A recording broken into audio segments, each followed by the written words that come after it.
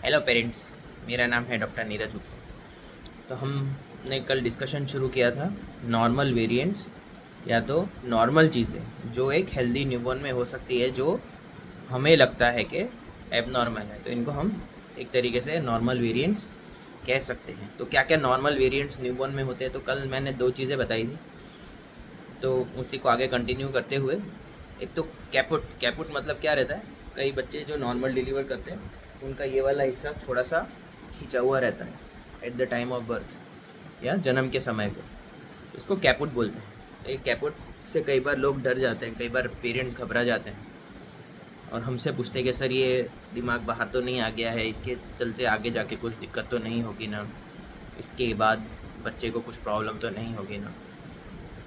तो ये कैपुट जो रहता है ये 2 या 3 दिन में अपने आप नॉर्मल हो जाता है। इसके लिए कोई तेल मालिश करने की या यहाँ पे से सिर को दबाने की या मालिश करने की ज़रूरत नहीं पड़ती।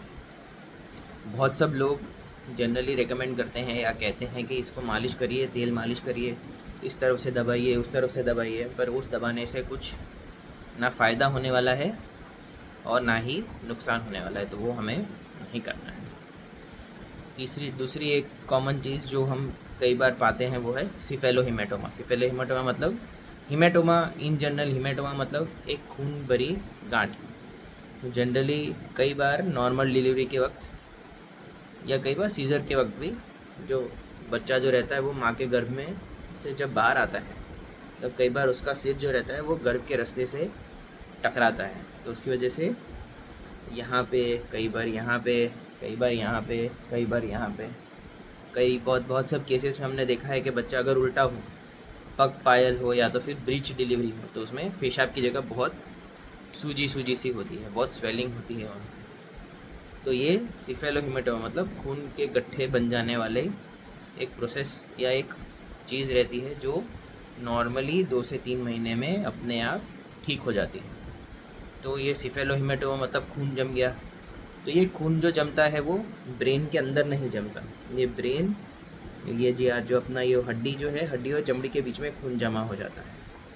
तो इसकी वजह से क्या होता है, इसकी वजह से कई बार बच्चों को आम तौर पे पीलिया, देरी से पीलिया होने के चांसेस ज़्यादा रहते हैं। तो अगर आपके बच्चे को सिफेलोहिमेटोमा जैसा लग रहा है या आप जब यहाँ पे छूते हैं तो ऐसा लगता है कि नरम नरम, जैसे किसी गुब्बारे में पानी भर के हम फील करते हैं, महसूस करते हैं, वैसा कुछ अगर फील हो रहा है तो घबराने की बात नहीं है।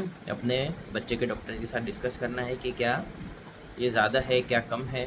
कई बार बहुत ज़्यादा, अगर बच्चा को डिफ़िकल्ट डिलीवरी हो, बच्चा बहुत वज़न ज़्यादा हो और बहुत मुश्किल से नॉर्मल डिलीवरी होती है, तो कई बार क्या रहता है, ये पूरा हिस्सा जो रहता है उसमें पूरे में खून जम जाता है, उसको सब गेलियल हेमरेज बोलते हैं। ये ब्रेन हेमरेज नहीं होता, ये चमड़ी और हड्डी के बीच में खून जम जाता है। बहुत सब सीवियर केसेस में कई बार ये ब्लड को ड्रेन करने की ज़रूरत पड़ती है, पर ये बहुत रेयर, बहुत ज़्यादा रेयरली होता है। जो ब्लड ड्रेनेज की बात है वो बहुत रेयरली होता है, तो इसके लिए हमें घबराना नहीं है। तीसरी कॉमन चीज़ एप्स्टीन पर्ल्स। एप्स्टीन पर्ल्स मतलब मोती, मोती मोती जैसे यहाँ पे हम जब तालू, बच्चा कभी मुंह खोलता है, उबासी लेता है, आ करता है, तो यहाँ पे हमें कभी कभी दांत के पास, कभी कभी तालू के साइड में छोटे छोटे दाने दिखते हैं। तो छोटे छोटे मोती जो रहते हैं वो कई पेरेंट्स कभी डर जाते हैं कि सर ये क्या दांत हैं, क्या ये कुछ और है, कोई छाले पड़ गए हैं। तो ये एप्स्टीन पर्ल्स मतलब चमड़ी की गांठें रहती है जो अंदर यहाँ पे रह जाती है। तो ये भी एक नॉर्मल वेरिएंट है जिसके लिए या जिसका बच्चे को कोई इलाज की ज़रूरत नहीं रहती है। एक और नॉर्मल वेरिएंट हम सब, बहुत सब बच्चों के पास नाक के पास देखते हैं, बहुत सब छोटी बूंदे रहती हैं, वाइट कलर के, बहुत सारे स्वेट ग्लैंड्स जैसे छोटे छोटे जाने पड़ते हैं। तो कई पेरेंट्स को डर लगता है कि ये इन्फेक्शन है कि या फुंसिया हो रही है, फोड़े हो रहे हैं। तो ये फुंसिया फोड़े नहीं रहते, ये स्वेट ग्लैंड्स की पोर्स की ओपनिंग रहती है। इसके लिए भी कोई चिंता करने की ज़रूरत नहीं है, ये अपने आप कुछ दिनों में सबसाइड कर जाते हैं। तो आई होप आपको ये इन्फॉर्मेशन अच्छी लगी हो। अगर आप कि कुछ भी मन में क्वेरीज़ है तो आप पूछ सकते हैं डेफिनेटली।